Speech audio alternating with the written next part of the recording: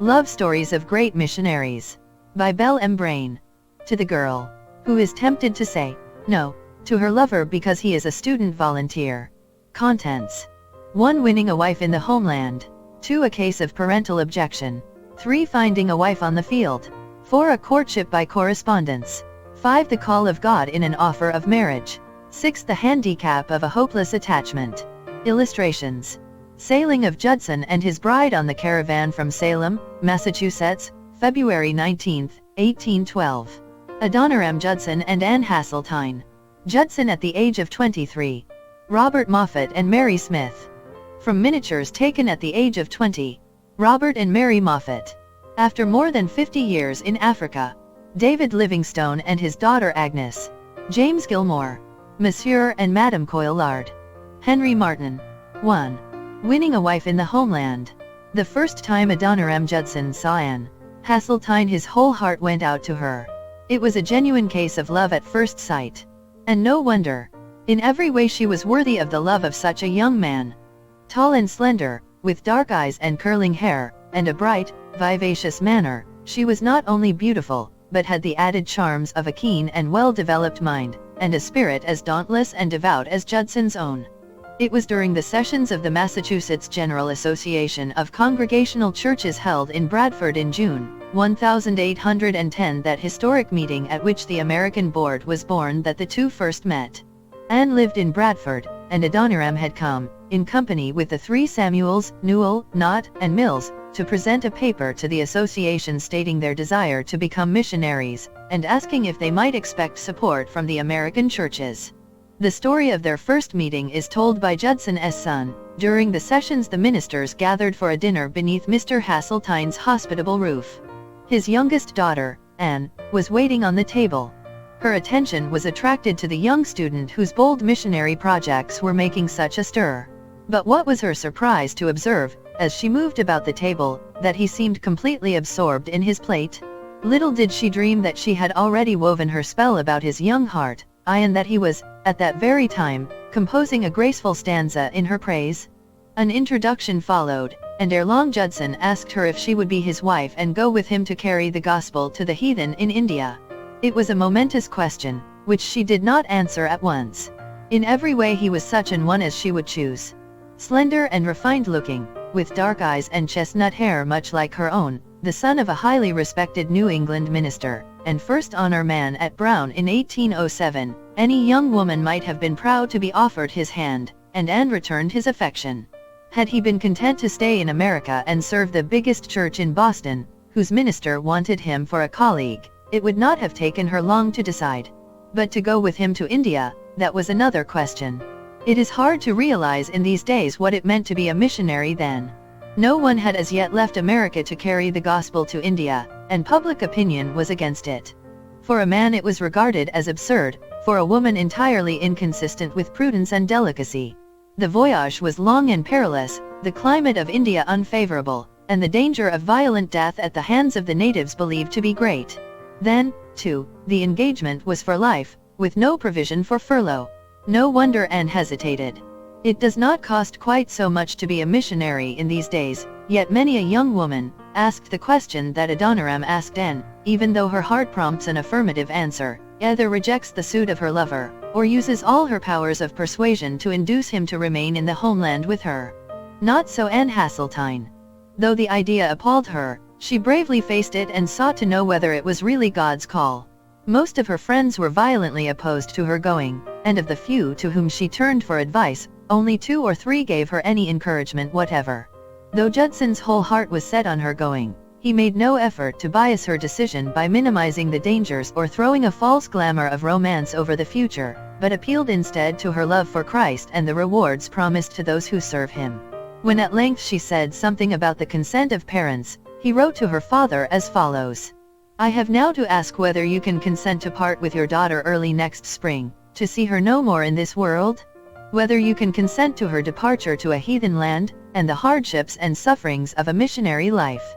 Whether you can consent to her exposure to the dangers of the ocean, to the fatal influence of the southern climate of India, to every kind of want and distress, to degradation, insult, persecution, and perhaps a violent death. Can you consent to all this for the sake of him who left his heavenly home and died for her and for you, for the sake of perishing and immortal souls, for the sake of Zion and the glory of God? Can you consent to all this in the hope of soon meeting your daughter in the world of glory, with a crown of righteousness brightened by the acclamations of praise which shall redound to her Savior from heathen saved, through her means, from eternal woe and despair? It was an honest and honorable letter, though scarcely adapted, in the eyes of the world, to gaining its end. Few fathers would consent to a daughter entering upon such a career. But the spirit of obedience to the divine will was as strong in Mr. Hasseltine's heart as in that of Anne and her lover. If God wanted his daughter, dear though she was to him, he would not withhold her. And so they were betrothed, the earnest young student volunteer of 22 who had already done so much for missions, and the fair girl of 21 to whom belongs the honor of being the first American woman to decide to go as a missionary to the heathen of Asia. Be it not thought this decision was made merely because of her love for young Judson. In a letter to an intimate girlfriend, dated September 8, 1810, she thus states her motives. I have ever made you a confidant. I will still confide in you, and beg for your prayers, that I may be directed in regard to this subject I shall communicate. I feel willing and expect, if nothing in Providence prevents, to spend my days in this world in heathen lands. Yes, Lydia, I have about come to the determination to give up all my comforts and enjoyments here, sacrifice my affection to relatives and friends, and go where God, in his providence, shall see fit to place me. My determinations are not hasty, or formed without viewing the dangers, trials, and hardships attendant on a missionary life. Nor were my determinations formed in consequence of an attachment to an earthly object, but with a sense of my obligation to God, and a full conviction of its being a call in providence, and consequently my duty. My feelings have been exquisite in regard to the subject. Now my mind is settled and composed, and is willing to leave the event with God. None can support one under trials and afflictions but him. In him alone I feel a disposition to confide. How short is time, how boundless is eternity. If we may be considered worthy to suffer for Jesus here, will it not enhance our happiness hereafter? Pray for me. Spend whole evenings in prayer for those who go to carry the gospel to the poor heathen. It must have been rather a solemn affair, this courtship of Adoniram and Anne. It could not be otherwise with the Puritan spirit still so strong in New England.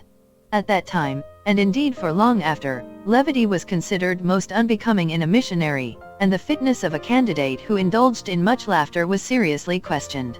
Yet neither Anne nor Adoniram was by nature serious and sober. Up to the time of her conversion in her 17th year, Anne had been the gayest of the gay, delighting in an endless round of parties, and regarding herself as entirely too old to say her prayers. And Adoniram, becoming tainted with French infidelity through association with a gay and witty college chum, had started out to see the world, and while seeing it had fallen in with a band of strolling players, whose wild and vagabond life he shared for a time. But now they were as devout and as discreet as anyone could wish. Of the frequent letters that passed between them, the three that have been given to the public letters of Adoniram to Anne, dated respectively December 30th and 31, 1810, and January 1st, 1811, show a complete consecration to God. That of New Year's Day pictures in such realistic terms the sorrows that may overtake them during the year that it is a wonder Anne did not break the engagement at once. But it breathes a spirit of true love for her, and is not without its playful touch. Longing to be united to her and eager to begin his great work, he expresses the wish that this may be the year in which she will change her name and they will cross the ocean and dwell in heathen lands together. Not until the following year were these wishes fulfilled. On September 11, 1811, Messrs. Judson, Hall, Newell, and Knott, Luther Rice was later added to the number, received their appointment as missionaries from the board, but as opportunities for obtaining passage to India were of rare occurrence in those days, no time was set for their departure. At length the way unexpectedly opened. In January, 1812, it was found that two ships were about to sail for Calcutta, the Harmony from Philadelphia and the Caravan from Salem, and that by dividing the missionaries into two parties, passage could be secured for them all. The time was short and there were many preparations to make, but at length all was ready. On February 5 there was a quiet wedding at Bradford, and an agonizing parting, as Anne and Adoniram Judson went forth, expecting never more to return.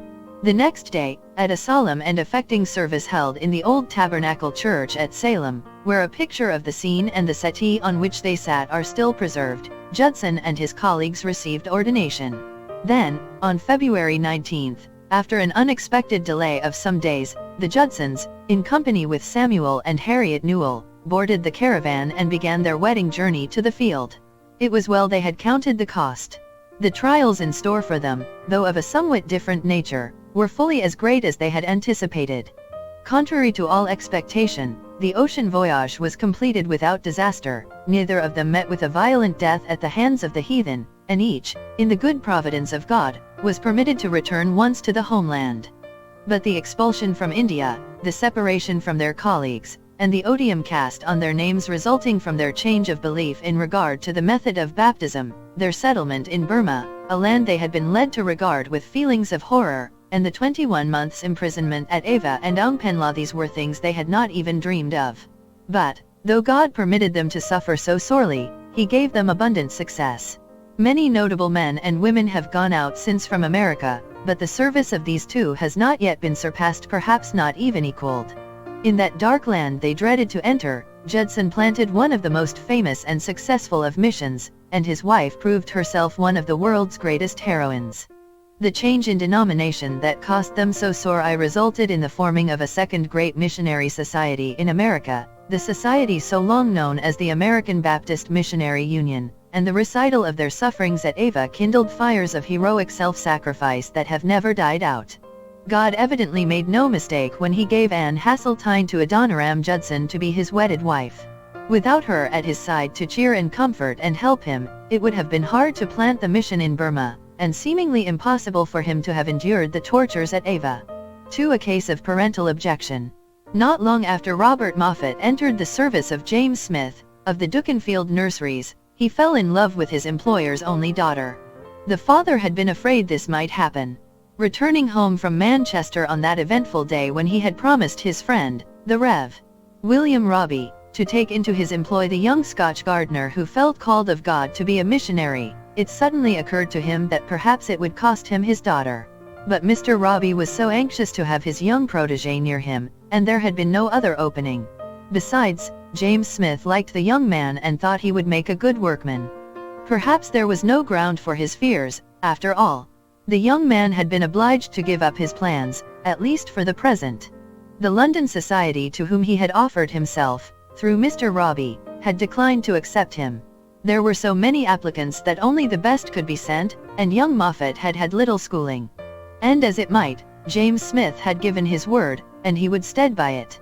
So, about New Year's, 1816, Robert Moffat began work at the Dukinfield Nurseries. Very soon he made the acquaintance of his master's young daughter.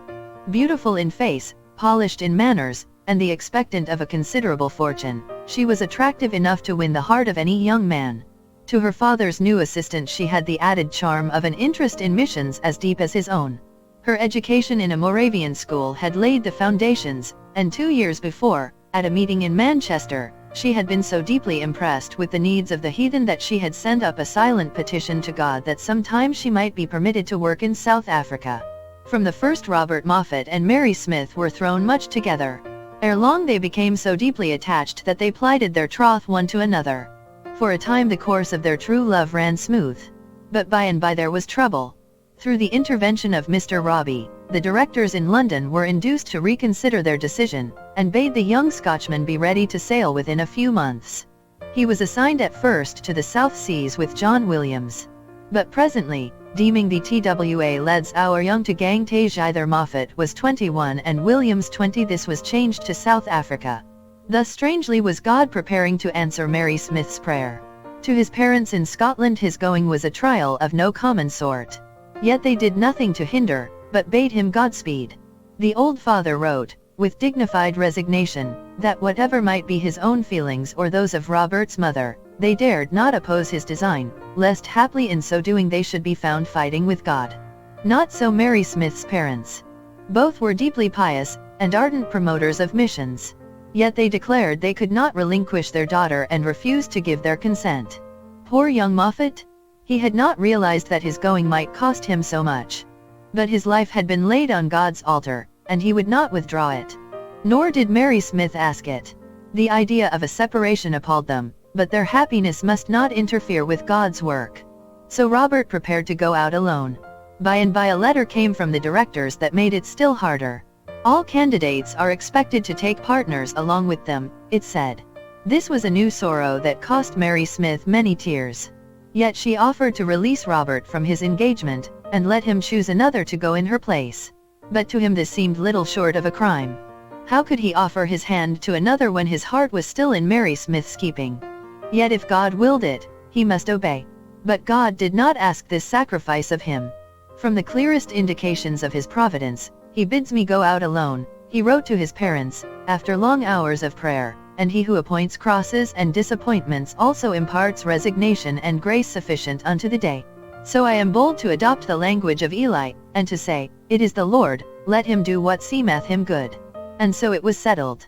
The directors acquiesced in the decision, and on October 18, 1816, when Moffat sailed for South Africa, leaving his heart in Old England, no new tie had been formed to separate him from his loved one, and there was nothing to prevent his claiming his own should her parents ever be willing to surrender her to him. Sore as was their sorrow at parting, the young lovers thanked God for this. Moffat's destination in Africa was Afrikaner's Kraal, in Namaqualand, beyond the confines of Cape Colony, where the Ebners were working. Afrikaner was the terror of the whole region, and all along the way from Cape Town, the young missionary heard dire predictions of the fate that awaited him. One warned me that he would set me up for a mark for his boys to shoot at, he says. Another, that he would strip off my skin and make a drum of it to dance to. Another, that he would make a drinking cup of my skull. One kind, motherly lady, wiping the tears from her eyes, bade me farewell, saying, Had you been an old man it would have been nothing, for you would soon have died, whether or no, but you are young, and going to become a prey to that monster. But when Moffat reached the kraal, Afrikaner seemed glad to see him and ordered his women to build him a house. In half an hour they had it all ready. It was a frail structure, in shape like a beehive, with a single opening large enough to crawl in, yet he lived in it nearly 6 months. Afrikaner's heart was soon won and the work progressed fairly well, but life in the little hut was lonely and comfortless. Soon after Moffat arrived the Ebners withdrew, leaving him alone, with no prospect of reinforcement. He rarely saw a white face, and for nearly a year did not hear a word spoken in English. Great indeed was his need of Mary Smith's care. I have many difficulties to encounter, being alone, he wrote to his parents. No one can do anything for me in my household affairs. I must attend to everything, which hinders my work, for I could wish to have almost nothing to do but instruct the heathen. I am carpenter, smith, cooper, tailor, shoemaker, miller, baker, and housekeeper, the last the most burdensome. An old Namakwa woman milks my cow, makes a fire, and washes. All the other things I do myself, though I seldom prepare anything till impelled by hunger. I wish many times my mother saw me. My house is always pretty clean, but oh, what a confusion among my linen. During the long winter evenings at the old home in Scotland, his mother had taught her boys to knit and sew, while she told them thrilling stories of Moravian missions. Robert had sometimes rebelled, but now he was glad, for he had frequent need to make use of his needle. Meanwhile Mary Smith was breaking her heart, far away in Old England. She was sure God was calling her to Africa and was afraid she was doing wrong not to go. But her parents showed no signs of relenting. There was nothing to do but to wait and to pray, and this both the young people were doing. Thousands of miles lay between them, yet their prayers were ever ascending in a united petition to heaven. Their great solace was letters, long, loving letters that kept them in touch with each other. But on November 26, 1818, one came to Robert in Africa that he was not glad to receive. In it his dear Mary told him, with sore sorrow of heart, that since her father declared he would never give his consent, she had at last relinquished all hope of coming to Africa. It well nigh crushed him, yet in his sorrow he drew closer to God. But God was merely testing the faith of his children, and their prayers had been heard after all. Less than a month later Mary Smith's parents suddenly and unexpectedly gave their consent to her going. This is by no means what I expected a week ago, she wrote to Robert's parents. Previous to the arrival of the last letters, my father persisted in saying I should never have his consent, and my dear mother has uniformly asserted that it would break her heart, Nevertheless, they both yesterday calmly resigned me into the hands of the Lord, declaring they durst no longer withhold me. When the news reached Robert in Africa, he wrote to his parents at once, "I have just received letters from Miss Smith. The whole scene is changed. I have now reason to believe that God will make her path plain to Africa. This, I trust, will be soon, for a missionary without a wife in this country is like a boat with one oar." Mary Smith lost no time in preparing to go to her lover. The wedding, of course, would take place in Africa. It was out of the question for Robert to come for his bride. It was a hard journey for a young girl to take all alone, and there was some delay in securing her passage, but at length, on September 7, 1819, she boarded the British colony and sailed for the Cape in the care of a minister of the Dutch Church and his wife. Be it not thought that her going cost her no sorrow. Eager as she was to be at work with Robert in Africa, the anguish of parting with father and mother and brothers was almost unbearable. Meanwhile in Africa Robert was being put to another sore test. Early in 1819, Dr. Philip and Mr. John Campbell arrived from London to inspect the various stations, and begged Moffat to make the tour with them. They needed his help, but it would take nearly a year and prevent his meeting his betrothed when she landed in Africa. Was it his duty to go? Could he let strangers meet her, even though they were dear friends of his? But God had been good, and his work must be first. So he said he would go, and God accepted his spirit of sacrifice but did not exact its full payment. About midway in the journey war broke out with the Kaffirs, and the party had to turn back, bringing Moffat to Cape Town when the British colony swung into port. Their meeting was very affecting. "My cup of happiness seems almost full," Mary Smith wrote to her parents. "I have found my dear friend all that my heart could desire, except his being almost worn out with anxiety, and his very look makes my heart ache. Our worthy friend, Melville, met me on board and conducted me to his house, where a scene took place such as I never wish to experience again. We have received each other from the Lord and are happy." To this Robert adds in the same letter, "When the news of your beloved daughter's arrival reached me, it was to me nothing less than life from the dead. My prayers were answered, and the promises which had long been my refuge were fulfilled.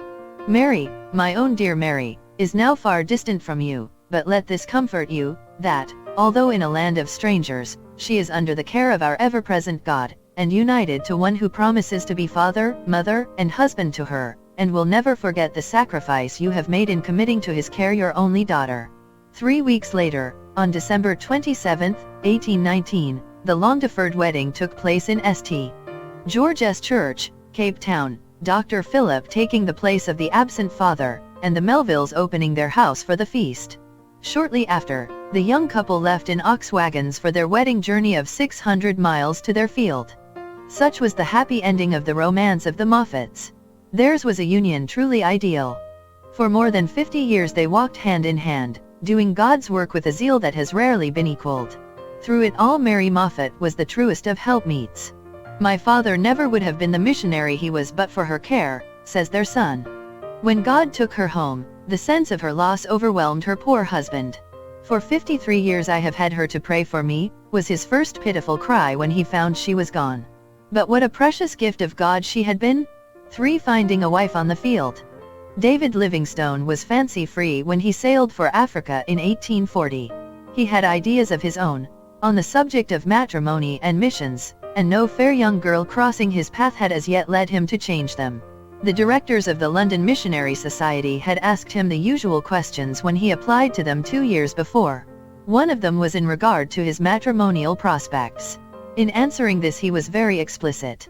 "I am not married," he said, "nor under any engagement of marriage, nor have I indeed been in love. I would prefer to go out unmarried, that I may, like the great apostle, be without family cares, and give myself entirely up to the work." His interest at that time was centered in China, but the Opium War broke out and prevented his going. Just then Robert Moffat came home and won him for Africa. Good, motherly, wise Mary Moffat did all she could to persuade him to marry. She could not forget what her own Robert had suffered in Africa before her parents allowed her to go to him, and was loath to see another young man go out with such prospects. But Livingstone thought he knew best and declined to take her advice. The first weeks in Africa did not change his opinion. He still thought he had done well to go out alone, with no wife to hamper his movements. To his friend Watt, a missionary in India, who, like himself, had elected to go out unmarried, he wrote, soon after landing. Mrs. Sewell writes that she believes you are heartily sorry you had not a helpmate with you. I have told her I am sure you are not. I am conscious myself that I am better without. All the missionaries' wives I have seen denounce my single blessedness in no measured terms. Some even insinuated that the reason I am thus is that I have been unable to get a spouse. But I put that down very speedily by assuming that it is a great deal easier for a missionary to get married in England than to come out single. In the latter case a vigorous resistance must be made, but in the former only yield up the affair into the hands of any friend, and it is managed for you in a twinkling? This is a digression, but perhaps it may come in seasonably if your colleague's spouse is hard on you. But bachelor life in Africa did not prove the ideal thing he had thought it. Seeing none but black faces for weeks at a time gave him a great sense of loneliness, and being his own housekeeper, laundress, and seamstress was hard work and took up too much of his time. Besides, there was work for the women and children that only a woman could do. After 3 years of roughing it, he began to wonder if marrying for a missionary was such a bad thing after all. Perhaps, if he could find the right kind of wife, he might do it himself after all, not now, but sometime far off in the future. A letter from Watt put his mind on it harder than ever. From the apologetic for marriage strain in which it was written, Livingstone inferred that his friend was about to marry, and wrote him as follows. I hope you will be happy. Here there is no one worth taking off one's hat to. Daughters of missionaries have miserably contracted minds. Colonial ladies are worse. There's no outlet for me when I begin to think of getting married than that of sending home an advertisement for the evangelical magazine, and if I get old it must be for some decent sort of widow. In the meantime I am too busy to think of anything of the kind. The next year a dreadful thing happened. Livingstone's station at Mabosa, 200 miles northeast of Moffat's station at Kuruman, was infested with lions which did a great deal of damage. 9 sheep were killed in one day, and Livingstone started out with the natives to put an end to the lions. But instead of Livingstone's killing a lion nearly killed him. Springing on him unawares from the bush, it caught him by the shoulder and shook his as a terrier dog shakes a rat. His life was saved by a kind of miracle, but the bones of his arm were crunched and broken, and the flesh torn in a terrible manner. In this pitiable condition his thoughts turned to Kuruman as affording the best haven of rest near at hand. No place in Africa could seem so much like a home to him. For 3 years, while the Moffats were absent in England, it had been his headquarters, and now the Moffats were back. He had ridden 150 miles on horseback to meet them on their way up from the Cape a few months before. So to Kuruman he went to rest and recuperate. Notwithstanding the pain, he found himself greatly enjoying his visit. Dr. and Mrs. Moffat were both very kind to him, and Mary and Anne, their charming young daughters, whose education, begun at the Cape, had been completed in England, soon led him to feel that there were, after all, young ladies in Africa worth taking off his hat to. Ere long his prejudice against the daughters of missionaries vanished away, and presently the last remnants of his long-cherished objections to marriage disappeared likewise.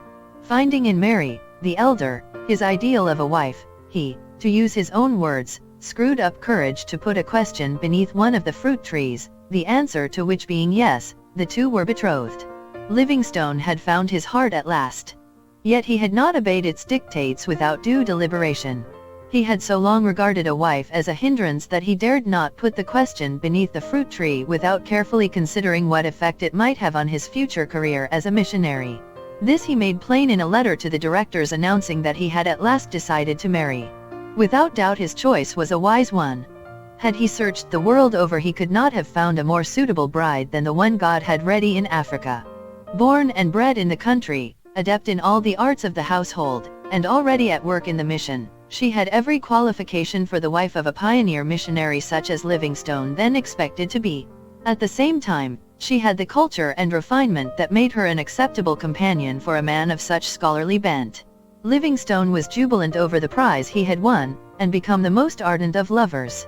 His betrothed was not blessed with very much of what the world would call beauty. A little, thick, black-haired girl, sturdy, and all I want, was his description of her. Yet she had a true beauty that he was not slow to appreciate.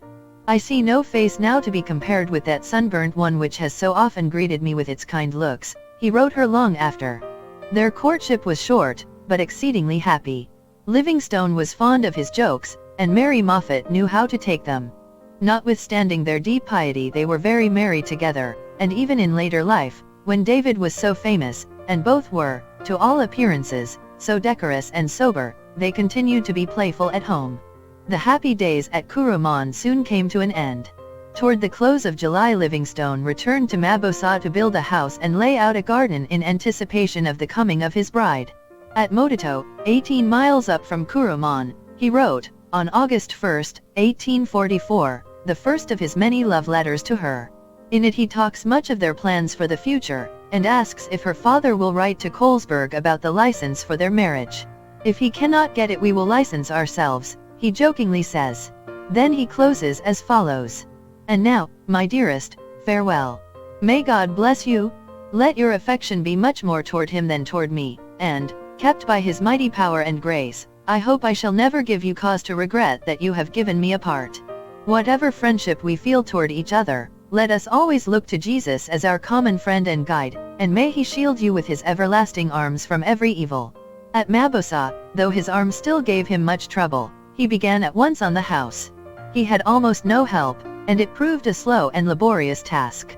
But love spurred him on. In a letter giving an account of his progress, he wrote, "It is pretty hard work, and almost enough to drive love out of my head, but it is not situated there, it is in my heart, and won't come out unless you behave so as to quench it." Mary Moffat treasured the letters he wrote during their courtship as long as she lived. Years after, when they were far apart and feeling the separation most keenly, he wrote her as follows, "You may read the letters over again that I wrote at Mabasa, the sweet time you know. As I told you before, I tell you again, they are true, there is not a bit of hypocrisy in them. I never show all my feelings, but I can say truly, my dearest, that I loved you when I married you, and the longer I lived with you, I loved you the better." Before the year closed, the wedding took place, and she who bore the honored name of Moffat exchanged it for one, little known at the time, but soon to be famous throughout the whole earth. It was a joyous and happy occasion, with few tears and no anguish at parting. The Livingstones, back in the old home in Scotland, rejoiced that their son had found such a wife, and the Moffats thanked God that their firstborn was marrying such a promising young pioneer. They would miss the dear daughter, in both the home and the mission, but she was not going very far from them and would still be in the same work as they. The young couple proceeded at once to Mabasta. Strange to say, the name means marriage feast. The house was ready and the garden in beautiful order, and Mary Livingstone took up her new tasks with great ardor. To her husband it was all joy, having her with him. "I often think of you," he wrote to his mother, "and perhaps more frequently since I got married than before. Only yesterday I said to my wife, when I thought of the nice clean bed I enjoy now, you put me in mind of my mother. She was always particular about our beds and our linen. I had had rough times before." Livingstone's marriage, connecting him with the Moffats, was one of the great providential things in his life. No family on the face of the globe could have been so helpful to him in his great work, says Dr. Blakey. And no wife could have done more than his own Mary Moffat. When God called him to open up Africa, after their marriage, she could not make the long journeys with him on account of their children. She tried it at first and proved a great traveler.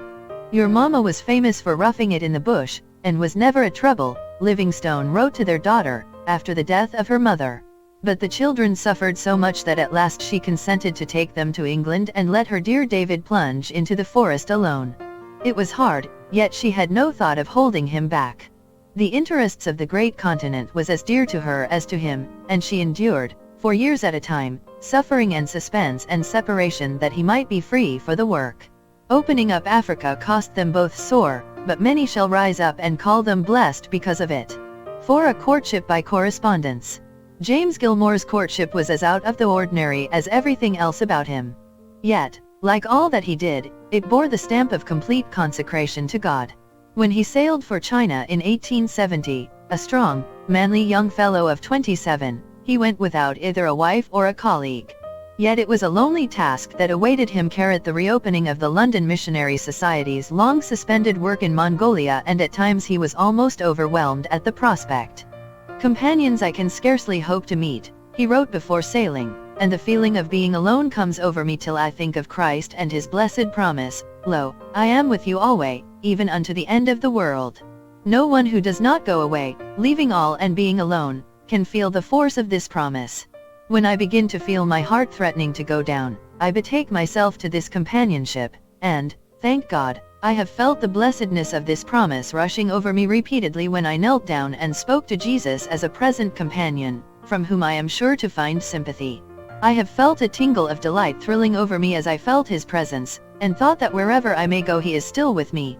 On the barren plains of Mongolia, the loneliness proved ever greater than he had anticipated. Christ was indeed an ever-present friend, but young Gilmore, though so intensely in earnest, was merry and full of fun, and craved human companionship. In August 1870, when he began his first great journey among the Mongols, a strong feeling of aversion came over him to traveling alone in a region entirely unknown to him.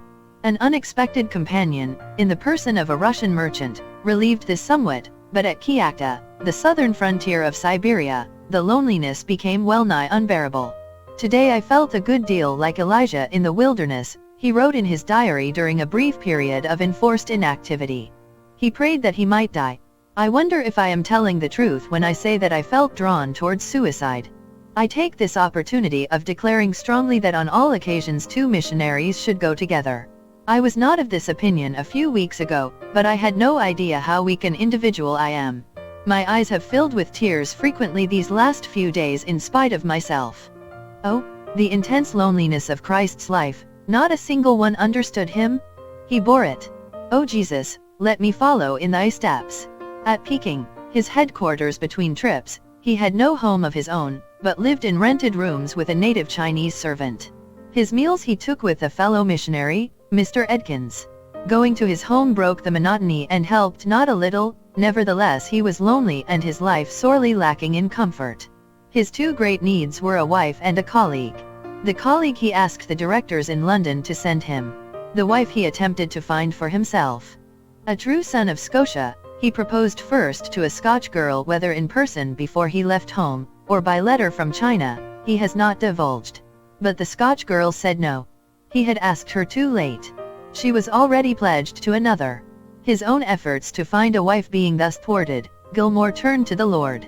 "I then put myself," he says, "and the direction of this affair, I mean the finding of a wife, into God's hands, asking him to look me out one, a good one, too. And God did what he asked." In May 1873, when Mr. Edkins returned to England, Gilmore lost his boarding place. But he soon found another. Mr. Meach, an old college chum who had recently come to Peking with his bride, took him in. In the old home in England, Mrs. Meach, née Miss Prankard, of London, had a young sister, Emily, who was inexpressibly dear to her. Coming into Bismeals, Gilmore saw her picture, read extracts from her letters, and heard her praises sounded continuously. By and by he found himself so greatly attracted to the absent young lady that he wondered what it all meant. Could she be the bride God was going to give him? Toward the close of the year, he told Mrs. Meach all about it and asked if he might correspond with her sister. She was delighted and gladly gave her consent. The prospect of having Emily with her in China filled her with joy, and she and her husband had already learned to love and trust Gilmore. Gilmore was not slow to make use of the permission Mrs. Meach gave him.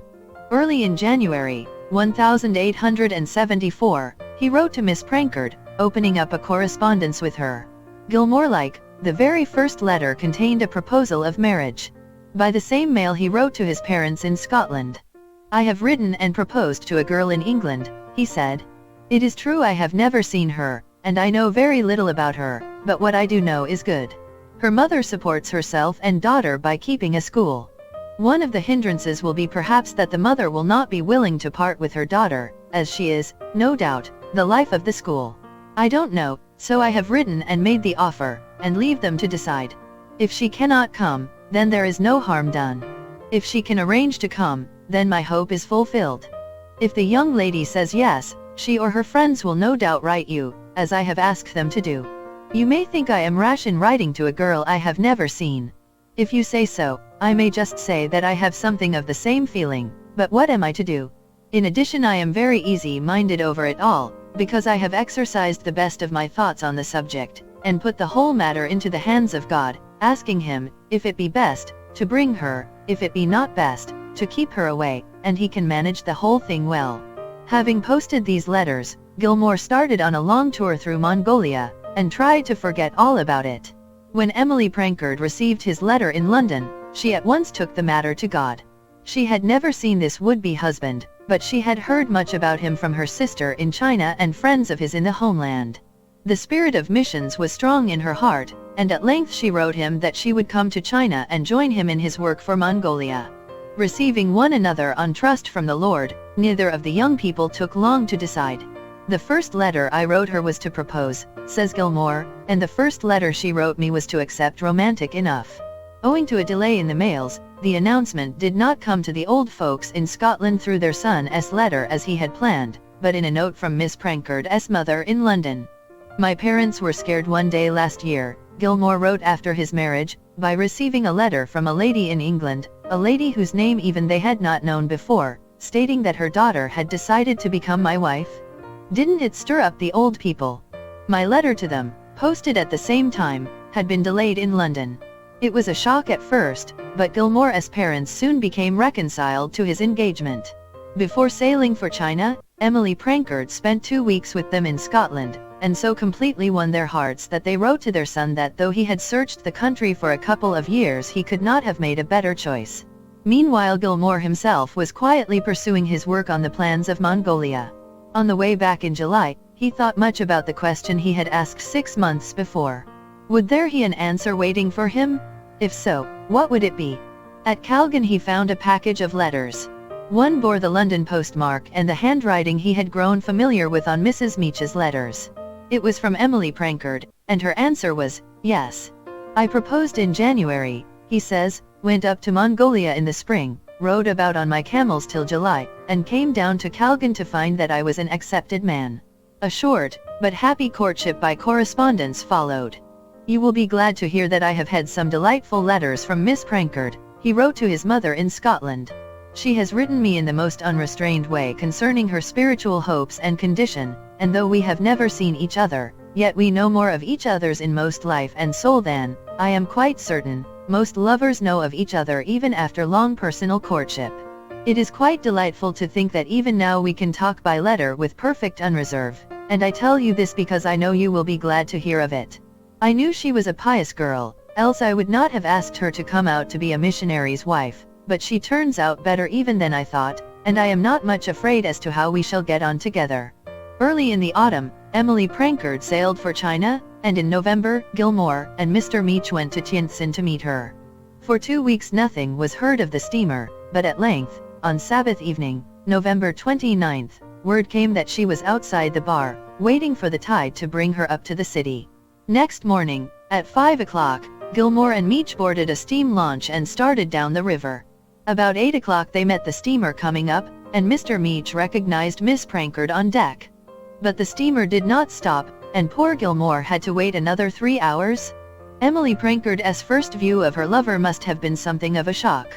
The morning was cold, says Mr. Meach, and Gilmore was clad in an old overcoat which had seen much service in Siberia and had a woolen comforter round his neck, having more regard to warmth than appearance. We had to follow back to Tientsin, Gilmore being thought by those on board the steamer to be the engineer. But there was a charm about Gilmore that was irresistible, and, notwithstanding his unbecoming attire, Emily Prankard soon found him all she had hoped for. No one ever came within the sphere of his influence without learning to love him, and, divested of old coat and woolen comforter, he was a fine-looking young fellow whom any girl might be proud to own as her lover.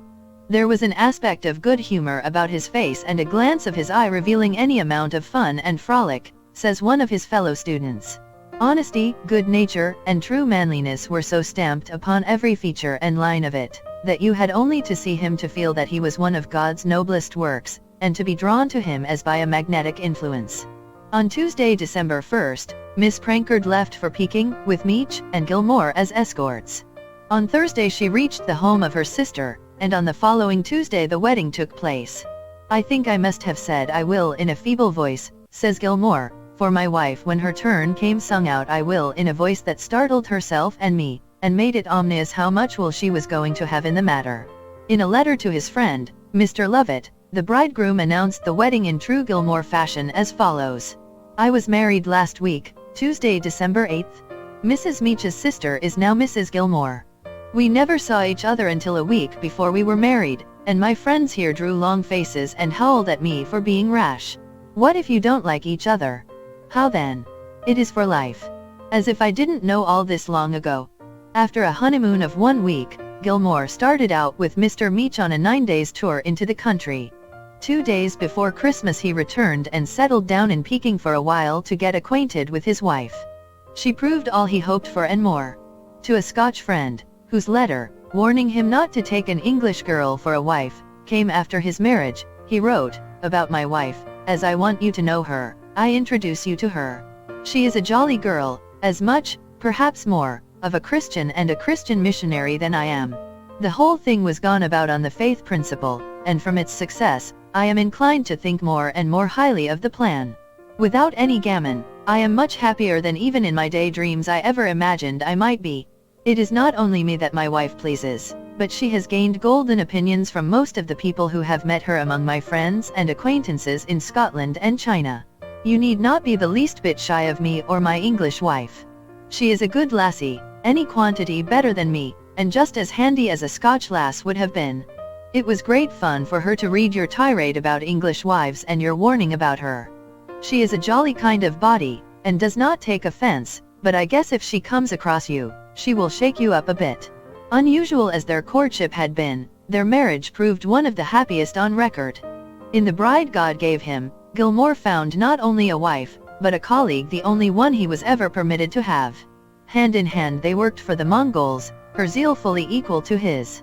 Delicately nurtured though she had been, this refined English lady accompanied her husband on many a long, hard journey through Mongolia, not only to relieve his loneliness, but to do her share in winning the Mongols to Christ.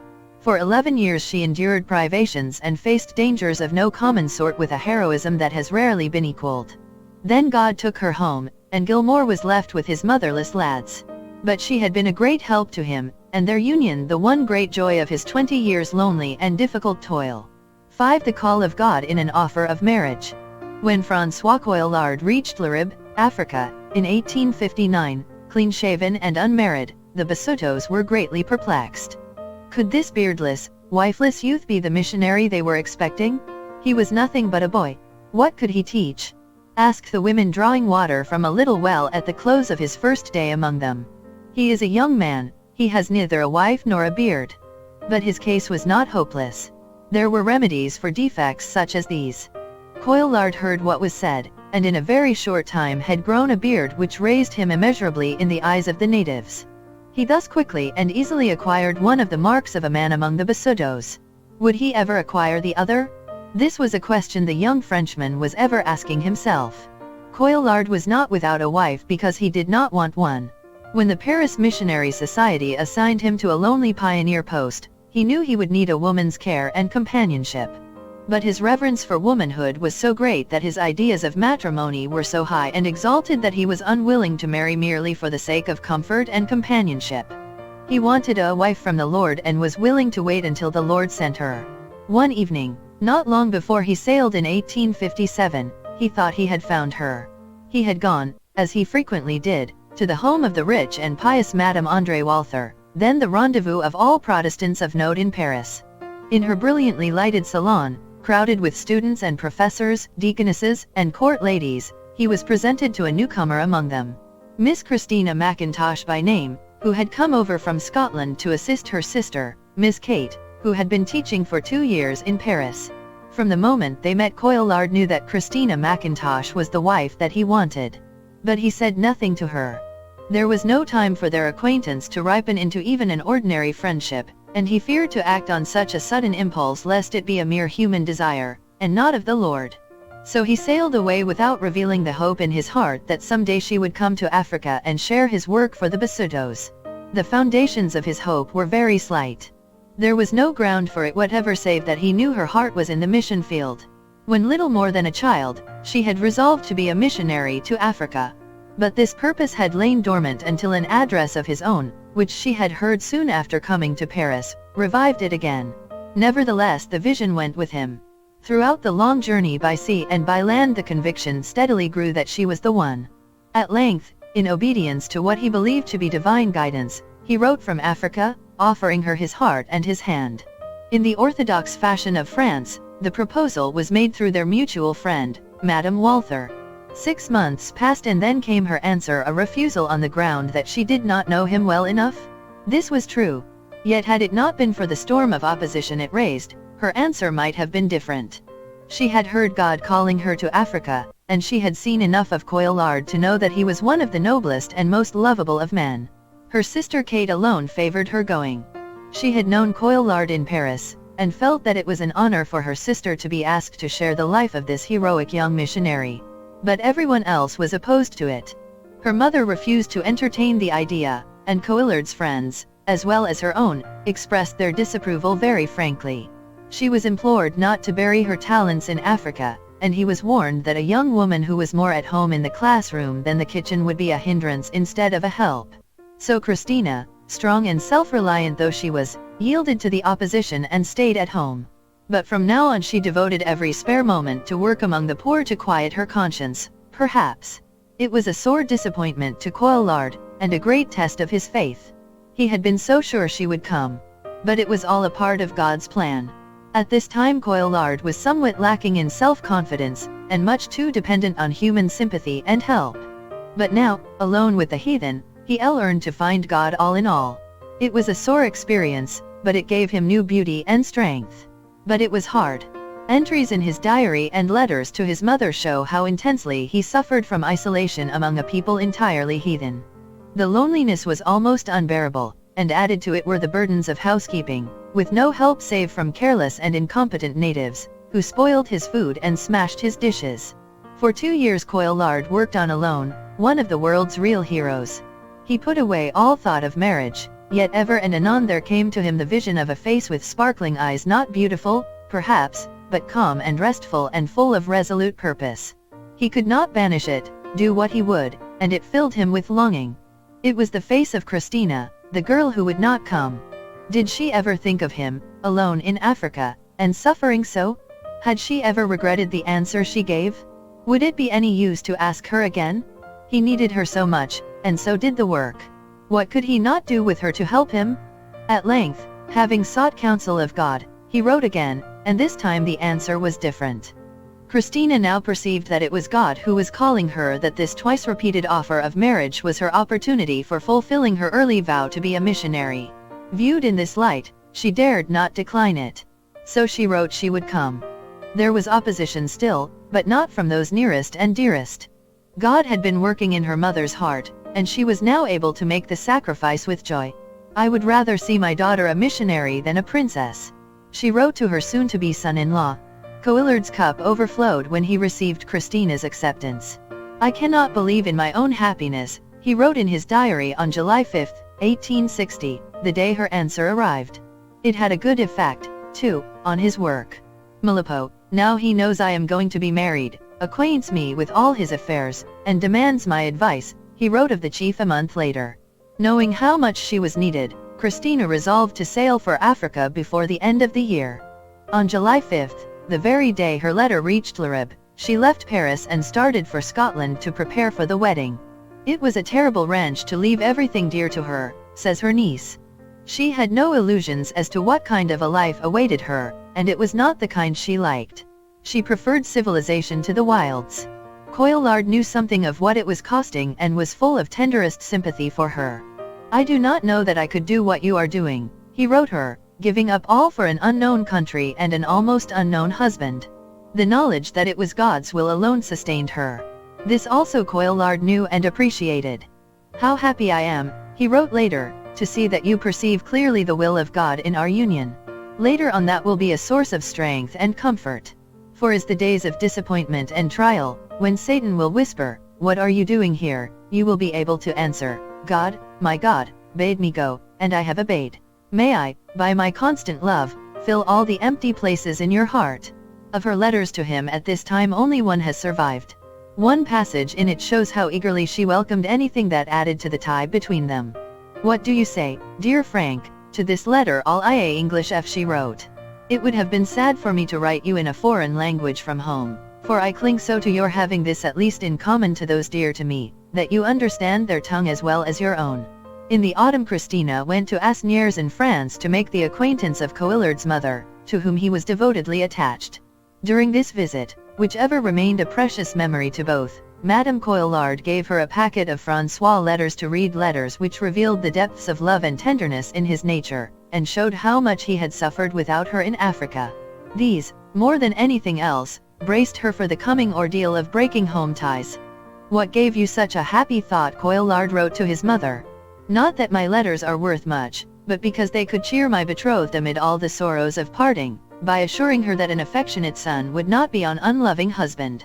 On November 23, 1860, Christina sailed for Africa on the John Williams. "Such grief I never saw, and can hardly bear to think of now," her sister wrote 45 years after. But the peace of God soon filled her heart.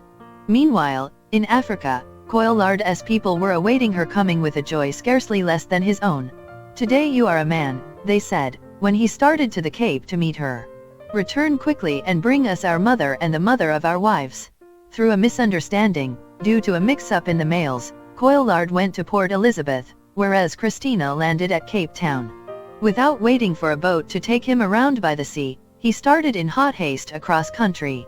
There was some little danger involved, but he cared nothing for this. It saved so much time. But when the news of his breakneck journey reached Paris, the director sent him an official rebuke for risking his life to save a few days' time in what was not strictly the business of his calling, a rebuke tempered, however, by an unofficial postscript saying that he was happy all the same to have such proof that chivalry was not yet dead among the sons of France. Christina's first words to her lover were the heroic ones that formed the keynote of all her afterlife. "I have come," she said, "to do the work of God with you, whatever it may be, and remember this, wherever God may call you, you shall never find me crossing your path of duty." The wedding took place on February 26, 1861, in the Union Church at Cape Town. Immediately after, Monsieur and Madame Coillard began their long wedding journey to their distant field. It was accomplished in the regulation, slow-going, South African ox wagon, but Christina, knowing her husband's intense love of the beautiful, had bent all her energies toward making it pretty and homelike. He was delighted, and wrote to her sister, "Everyone is astounded in admiring the taste that has decorated it. People can't believe it is a traveling wagon, it is so fresh and mignon, with its pretty curtains, its elegant pockets hung on either side, the leopard skin, the plants, etc., the whole forming, one would think, the eighth wonder of the world." Christina was very happy all the way up from the Cape. The devotion of her husband, the beauty of the scenery, and the warm welcome of the missionaries through whose stations they passed, made the journey a joy. But after a few weeks at Laribe, homesickness and the change in climate combined to make her ill, and she grew listless and weary. During the day she bravely kept at her work, but in the evenings she sat poring over old letters and journals that made the tears flow very fast. But one day, when alone in the house, she suddenly realized that this was all wrong, and, gathering up the precious memorials of the past, she threw them into the fire. When her husband returned, she met him at the door, saying, "I have burnt them all. You shall never see me fretting again. Forget thine own people and thy father's house." Thenceforth their life was an unbroken idyll of 30 years, says her niece. Of their mutual happiness it seems almost sacrilege to write, yet something must be said of a union so perfect begun in circumstances so unusual. Knowing that it was not self-will, but God's providence, that had brought them together, each accepted the other with absolute confidence, as a gift from him, and hence as one to be cherished and held sacred for the sake of the giver. The changes and trials of their career only served to bring out fresh perfections in each other's eyes, so that their whole married life was one long series of delightful surprises, a never-ending romance. To their sore disappointment God gave them no children. But the withholding of this served only to draw them closer together, and to enable them to give themselves wholly to Africa. For 30 years they worked hand in hand, he a hero and she a heroine of no common sort. When he went on long exploring tours into the wilderness, his wife went with him doing her share of the work and supplying the neatness, the cleanliness, and the touches of beauty that meant so much to one of his high-strung, sensitive nature. In God's arithmetic 1 and 1 make more than 2. One man shall chase 1,000, and 2 shall put 10,000 to flight. Never was this truer than in the case of the Coillards. Either alone would have made a great missionary. Together they accomplished a work for Africa that was great beyond measure. 6. The handicap of a hopeless attachment. To marry or not to marry, this was Henry Martyn's question, whether it were better to serve God by remaining single or by taking to himself a wife. He was only 19, this brilliant young student who had found Christ at Cambridge, and was giving up all to God. For Christ's sake he had already sacrificed his chosen profession, the law, and now came this question of marriage. Back in Cornwall, not far from the old home in Truro, there was a young lady, Lydia Grenfell by name, whom he greatly admired. He hoped to woo her someday and make her his wife. Must this be added to his other sacrifices? Ere long the question seemed answered. Charles Simeon won him for missions, and he resolved to go out under the Church Missionary Society at his own charges. But his income was not sufficient for two. So he put away all thoughts of marriage. Yet the question was far from being settled. By and by his friends began to feel that such a saintly young scholar could do more for God as a chaplain of the East India Company than as a missionary. It would give him great prestige and open wide doors of opportunity in India. But Martyn shrank from its subtle temptations. The salary was large, and a wife almost a necessity, and he was grieved to find dreams of marriage again creeping into his heart. Early in 1804, an event occurred which made it necessary for him to go as a chaplain or not at all. He and his sisters lost all their patrimony through a disaster in Cornwall. The younger, being unmarried, was left without means of support, and Martyn felt that he ought to assume it. But the salary of a missionary was not sufficient for this. So, on the advice of his friends, he applied for a chaplaincy. Being promised the next vacant post, he went down to Cornwall in June to spend his vacation and take leave of his loved ones. Both parents were dead, but his sisters were there, and Miss Grenfell. Bittersweet were the days that he spent there. Lydia proved more charming than ever, but marriage was out of the question. Even a chaplain's salary, large as it was, would not support both a wife and a sister. Miss Grenfell's home at Marazion was only 26 miles from Truro, yet for over a week Martyn made no attempt to see her. On the last Sunday in June, when he went to St. Hilary, not far from Marazion, to preach in Cornwall's famous old church, he hoped to find her in the congregation. But she did not come and he suffered the keenest disappointment. Yet, in his pain, he thanked God for keeping her away, as she might have proved a distraction. In the evening after tea he went to call on her, and that night gave her large space in that famous journal in which henceforth her name appears on almost every page. Called after tea on Miss L.G., the poor young fellow wrote, and walked with her and, conversing on spiritual subjects. All the rest of the evening, and at night, I could not keep her out of my mind. I felt too plainly that I loved her passionately. The direct opposition of this to my devotedness to God in the missionary way excited no small tumult in my mind. I continued an hour and a half in prayer striving against this attachment. One while I was about to triumph, but in a moment my heart had wandered back to the beloved idol again. A month later, when he returned to Cambridge, the farewells cost him sore.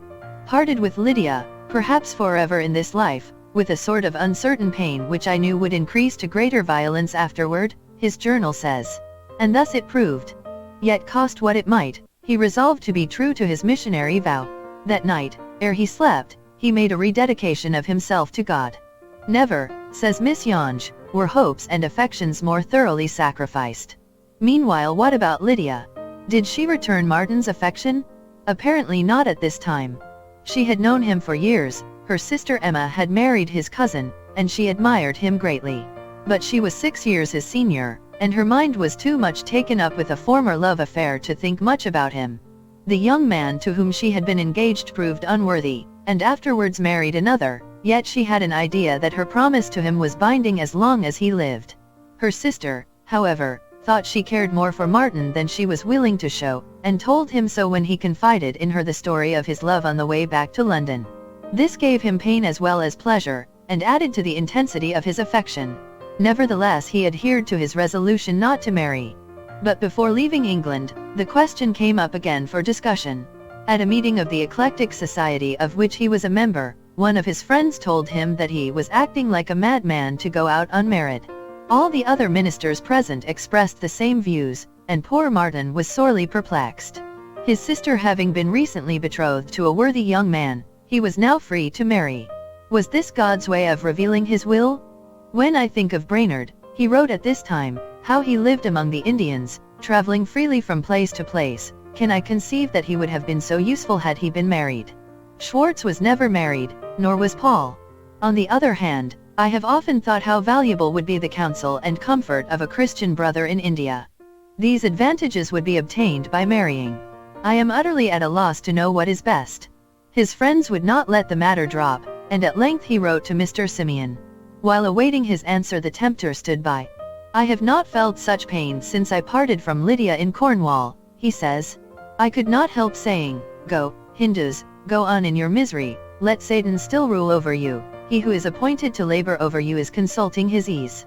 No, thought I, hell and earth shall never keep me back from my work. When Simeon's letter came, it contained such weighty arguments against his marrying that he acquiesced at once. On July 17, 1805, the young chaplain sailed from Portsmouth on the Union, one of a large fleet bound for the east. As he slowly sailed past the coasts of Devonshire and his beloved Cornwall, the thought of the loved ones there well-nigh broke his heart. He thought he had parted from them forever, but he was soon to see them again.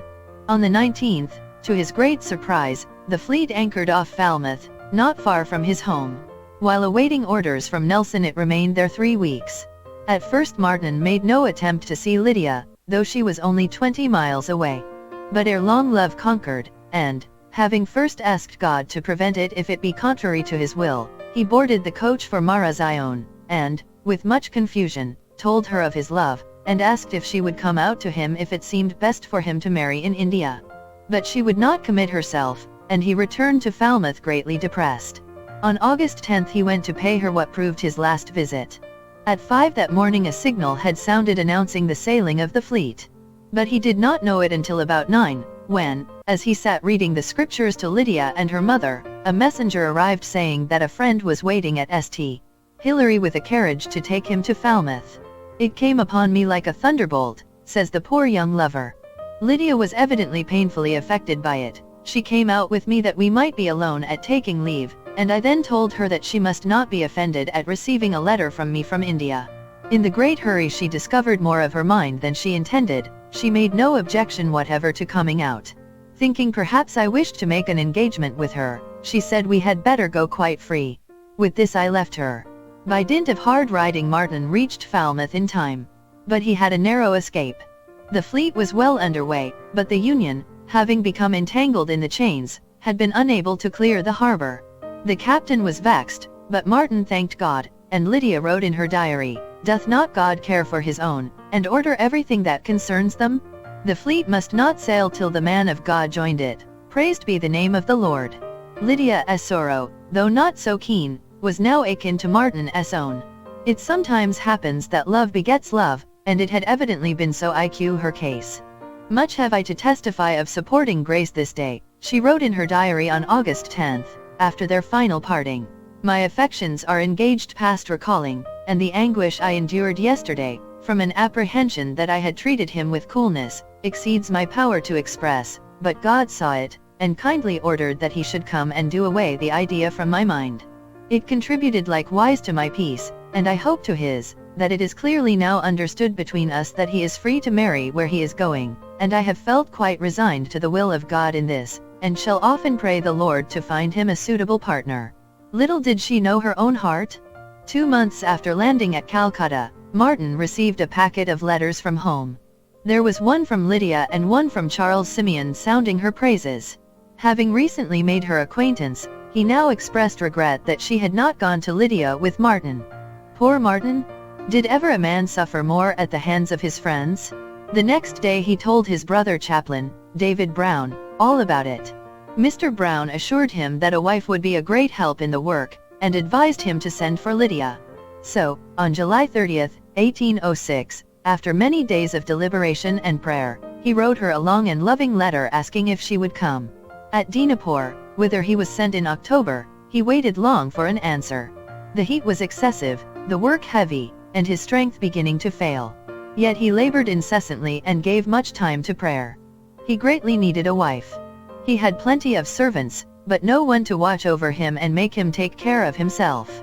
His salary was ample, but his great house with its spacious rooms and wide verandas was entirely lacking in comforts.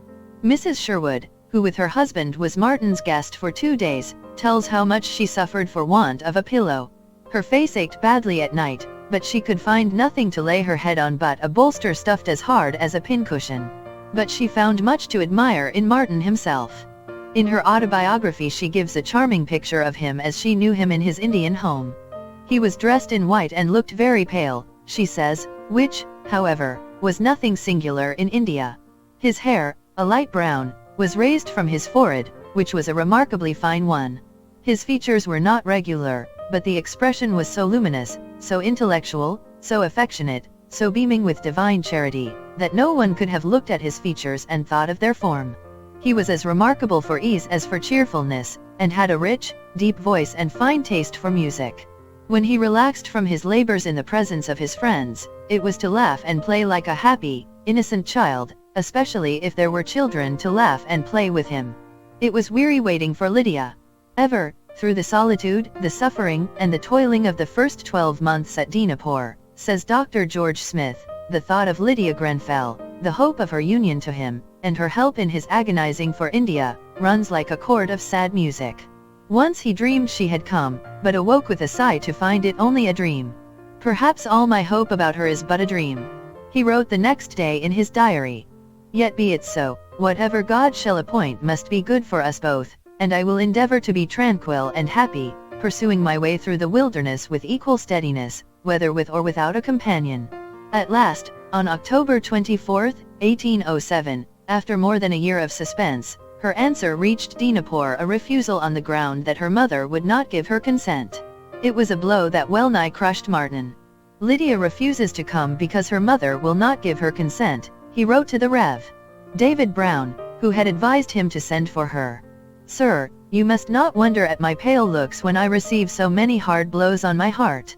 Yet a father's love appoints the trial, and I pray that it may have its intended effect.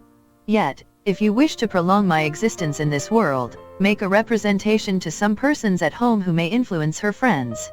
Your word will be believed sooner than mine. The extraordinary effect of mental disorder on my bodily frame is unfortunate. Trouble brings on disease and disorders the sleep. In this way I am laboring a little now, but not much. In a few days it will pass away again. He that hath delivered and doth deliver, is he in whom we trust that he will yet deliver. The Queensware on its way to me can be sold at an outcry or sent to Corrie. I do not want Queensware or anything else now. My new house and garden, without the person I expected to share it with me, excite disgust. On the receipt of Lydia's letter, Martin wrote at once to ask whether, if he agreed not to urge her to leave her mother, she would consent to an engagement in order that they might still correspond. But she refused this too, and bade him a final farewell. It broke Martin's heart and cost her much sorrow. Why, then, did she not go? To Charles Simeon, who went to intercede for his beloved young friend, she gave 4 reasons: her health, the indelicacy of going out to India alone on such an errand, her former engagement to another man, and the unwillingness of her mother to give her consent. But these, alas, were excuses, rather than insurmountable obstacles. Had she really wanted to go, the first 3 would have carried no weight, and the 4th would doubtless have yielded to prayer and persuasion. Her diary is full of intense love and devotion to God, but one may search its pages in vain for a single sentence expressing a desire to join her lover in India and share in his work. She loved Martin and she loved God, but not enough to make such a sacrifice. The poet probed deep into her heart and laid bare its secrets when he wrote, "The woman of his love feared to leave all and give her life to his, and both to God yet few dare blame her. Let those heroic souls whose sacrifices match those of a Christina Coillard or an Anne Judson cast the first stone." Thus ended Henry Martin's wooing. But his friends were loath to let the matter drop. They thought he needed a wife, and when the sister of his dear friend, the Rev. Daniel Corrie, came to join her brother in India, it was suggested that perhaps she might be the one. By and by a rumor reached England that they were soon to be married. Lydia heard it and was greatly disturbed. Simeon heard it and wrote to David Brown to confirm it. "How could you imagine," Brown wrote back, "that Miss C would do as well as Miss L.G. for Mr. Martin? Dear Martin is married already to 3 wives, whom I believe he would not forsake for all the princesses on earth, I mean his 3 translations of the Holy Scriptures. Ill health, lack of visible results, his hopeless attachment, and the death of both sisters, leaving him the last of his family, filled Martin's cup of sorrow full to overflowing, yet he continued to work without ceasing. When the news of the death of his second sister reached him in March 1810, his grief was excessive. But Lydia now took compassion on him and wrote offering to take the place of her who was gone. This acted as balm to his sorrowing heart. "My long-lost Lydia consents to write to me," he wrote to David Brown. The correspondence that followed was the great solace of the 2 weary years that remained. He had given her up, but she was ever his dearest, and the last letter he wrote was to her. On October 16, 1812, when Martin burned out for God at Tokat, he was only 31. Humanly speaking, had Lydia been there, he need not have died. With a wife to care for and comfort and cheer him, his life might have been lengthened and his service for India greatly prolonged. It was the greatest calamity of his whole career that Lydia did not accompany him, says Dr. George Smith. But we cannot consider it a bitter misfortune, as some do, that he ever knew her. His love for her worked a higher elevation for himself and gives to his letters and journals an intense human interest. Lydia Grenfell saved herself, but she cut short and marred Martin's career, and lost the high honor of being his wife. Would her decision be different? Could she come back and live her life over?